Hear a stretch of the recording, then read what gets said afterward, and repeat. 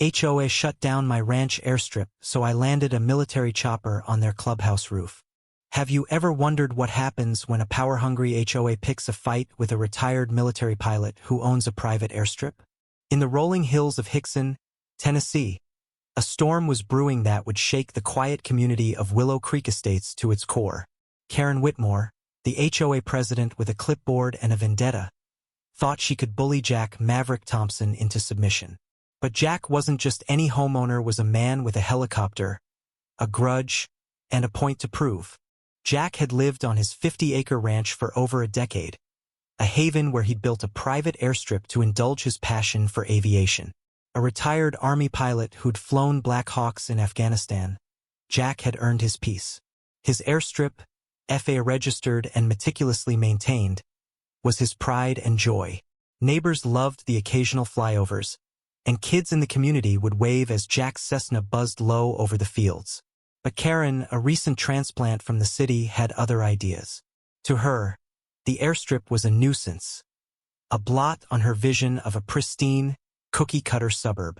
She rallied the HOA board, citing vague bylaws about noise disturbances and community aesthetics, and demanded Jack shut down his airstrip. When he refused, she escalated, slapping him with fines and threatening legal action. The final straw? A cease and desist letter claiming his airstrip violated HOA rules that didn't even exist when Jack bought the land. Jack wasn't one to back down. He dug into the HOA's governing documents, the covenants, conditions, and restrictions, CC and RS, and found no mention of airstrips being prohibited.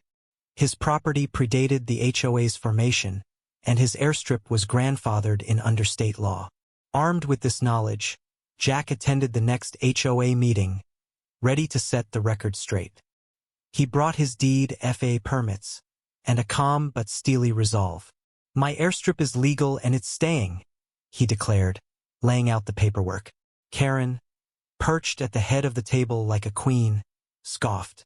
"This isn't the Wild West, Mr. Thompson. We have standards." The room split. Some neighbors supported Jack, appreciating his contributions to the community, like free aerial tours for charity events. Others, swayed by Karen's promises of property value protection, sided with her. The meeting ended in a stalemate, but Karen wasn't done. She hired a lawyer and pushed for an injunction to halt all flights from Jack's airstrip, claiming it was a safety hazard. The truth was far less dramatic. Jack's airstrip met all FAA regulations, with a 4,000-foot runway and clear approach paths. He'd flown safely for years, and no complaints had ever been filed until Karen arrived. But her campaign gained traction when she enlisted a surprise ally, Tom Grayson, a disgruntled neighbor who'd once asked Jack for a free plane ride and been politely declined. Tom, nursing his bruised ego, became Karen's loudest cheerleader, spreading rumors that Jack's flights were reckless and endangering lives. At a community barbecue, Tom cornered residents, waving a petition to ban the airstrip. "He's buzzing our homes at all hours," he claimed, conveniently ignoring that Jack only flew during daylight and followed strict noise protocols. The betrayal stung. Jack had always been neighborly, even helping Tom fix his fence after a storm. But the tide was turning, and Karen's smear campaign painted Jack as a rogue pilot out to ruin Willow Creek. The confrontation came to a head when the HOA secured a temporary court order to ground Jack's planes, pending a full hearing. Karen celebrated by posting on the community's eNeighbors page, calling it a victory for safety. Jack, however, saw it as a declaration of war. He reached out to an old Army buddy, Colonel Mike Sanders, who now ran a private security firm with access to military-grade helicopters. Mike owed Jack a favor from their days dodging RPGs in Kandahar, and when Jack explained the situation, Mike didn't hesitate. "Let's give him a show they won't forget," he said with a grin. The plan was audacious but legal. Jack's airstrip might be grounded, but the HOA clubhouse roof? That was fair game. The building sat on common property, not subject to the same restrictions, and Jack had a hunch Karen hadn't read the fine print of her own bylaws. On a crisp Saturday morning, as Karen hosted a victory brunch at the clubhouse to celebrate her win, the air filled with the unmistakable whoop-whoop-whoop of rotor blades. A UH-60 Black Hawk, piloted by Mike with Jack in the co-pilot seat, descended from the sky. The brunch crowd froze, mimosas in hand, as the chopper hovered over the clubhouse. With precision honed in combat zones, Mike set the Black Hawk down on the flat, reinforced roof, its skids kissing the shingles. Jack stepped out, wearing his old flight jacket, and waved to the stunned crowd below. Karen's face turned crimson as she stormed out, screaming, "This is illegal! I'll have you arrested." Jack just smiled and tossed her a copy of the HOA bylaws, highlighted to show the clubhouse was exempt from aviation restrictions. "Checkmate, Karen," he called out. The fallout was swift and glorious. The brunch dissolved into chaos as residents snapped photos, some cheering, others whispering in awe. Karen called the police, but the officers, after reviewing Jack's permits and the bylaws, shrugged and left. The stunt made local news, with headlines like, "Pilot lands helicopter on HOA clubhouse in epic showdown." Social media exploded, with ex-posts praising Jack's audacity and mocking Karen's overreach.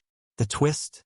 Tom, Karen's loyal ally, flipped sides when he learned his own son had secretly taken flying lessons with Jack and loved it. Humiliated, Tom apologized at the next HOA meeting, admitting he'd exaggerated his complaints to spite Jack. Karen's campaign unraveled as residents, inspired by Jack's stand, began questioning her other rules like the ban on basketball hoops and unapproved garden gnomes. Karen's reign crumbled. At the court hearing, the judge tossed out the injunction, citing Jack's airtight documentation and the HOA's lack of authority over his pre-existing airstrip. The board, embarrassed by the chopper stunt and Karen's overzealous leadership, voted her out as president. She moved away 6 months later, muttering about uncivilized neighbors. Jack, meanwhile, became a local legend. He reopened his airstrip, offering free rides to kids and veterans, and even started a community aviation club. The clubhouse roof? It needed minor repairs, which Jack paid for out of pocket, just to keep the peace. In the end, Jack's bold move wasn't just about winning, it was about standing up for what's right, even when the odds seem stacked against you. His helicopter landing sent a message. Freedom isn't negotiable, and bullies like Karen don't get to rewrite the rules. Willow Creek Estates is quieter now, but the skies are alive with the hum of Jack's planes, a reminder that sometimes you've got to fight fire with rotor blades. What do you think? Was Jack's stunt a stroke of genius or a step too far? Share your thoughts below.